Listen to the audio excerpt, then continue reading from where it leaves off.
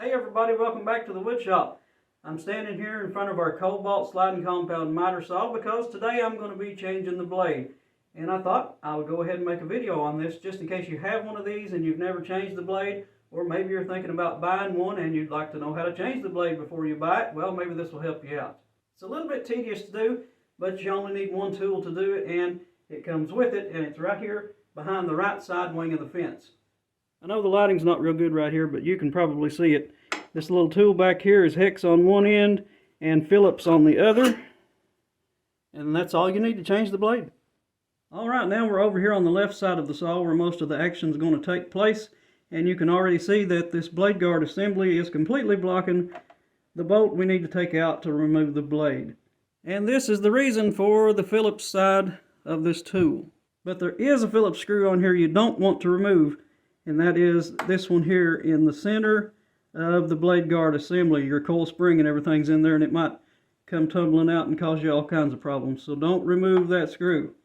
The screw you have to remove is hidden behind the blade guard. You have to pull the blade guard back, and you'll see it right here in this little notch. There's a cutout for it right there, and that is the screw that we're going to remove.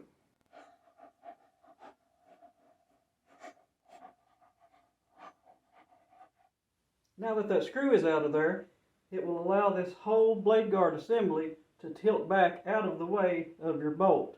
Now that this is able to move, you will want to place your saw in the downward position, and it might get a little caught right there since this is loose, but just jiggle it around a little bit and it will move.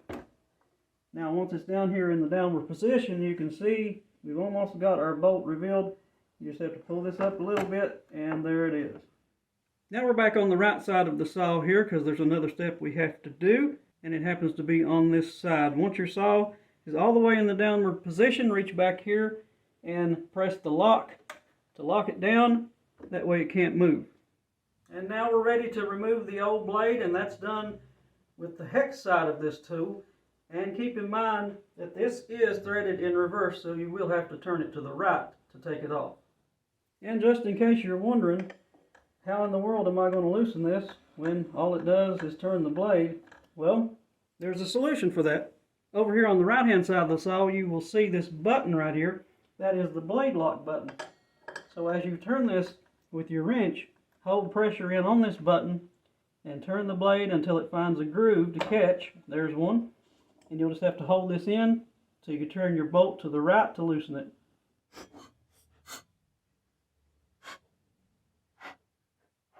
Now there's a washer right behind this bolt, so as you take it off, try and hold that up there if you can to keep it from falling down. You don't have to, you can let it fall if you want.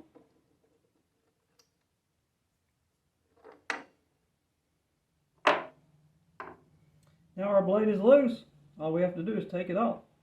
Now as you can see, with the saw all the way down like this, the blade is going to hit the throat plate here, so it don't matter where you move it, it's not going to let you take it off of there. So we have to unlock the saw and let it come back up in order to get the blade out.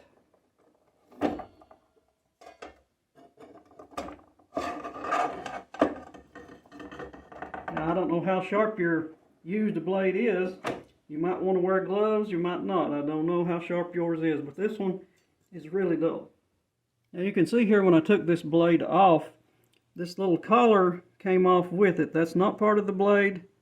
You actually have to have that for your new one, so take that off.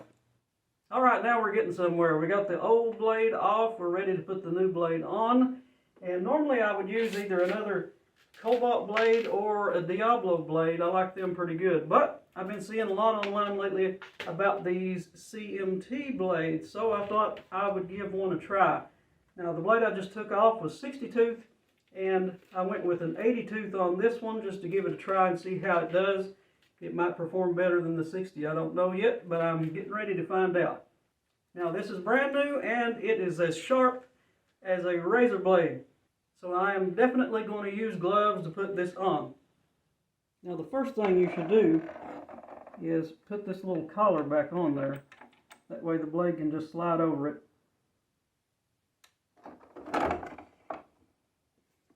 And safety first with this, we put our gloves on. Now the easiest way I've found to do this is to lift the blade guard up, put the blade right inside the throat plate, that way you get lined up right, and just raise it straight up until you get it on that collar. Then, while you have it there, lower the saw down till the blade is in between the throat plate, and that will keep it from falling off.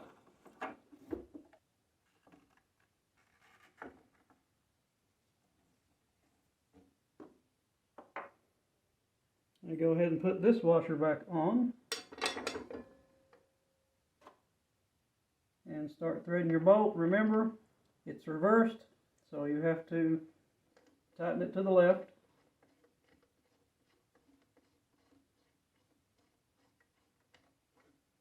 And once you get it snug down with your fingers, you'll want to reach back here again and lock the saw in position so it can't move. And while you turn this now to the left to tighten, hold in your blade lock button over here until you find a groove. I found one really quick that time. And torque it down. And now we don't need the saw locked in place anymore. So, unlock it, let it come back up. Now all you've got to do is bolt the blade guard assembly back in place.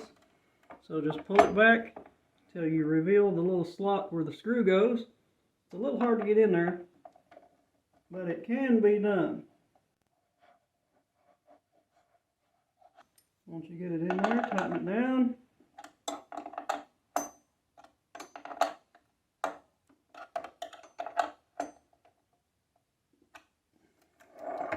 We should be good to go.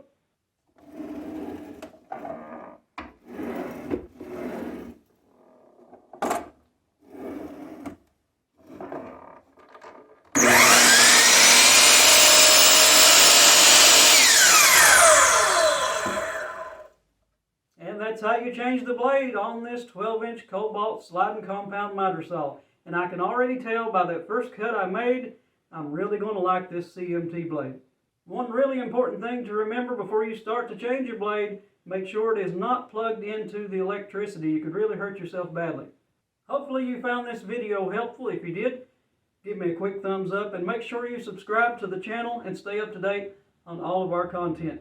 And until next time, happy woodworking.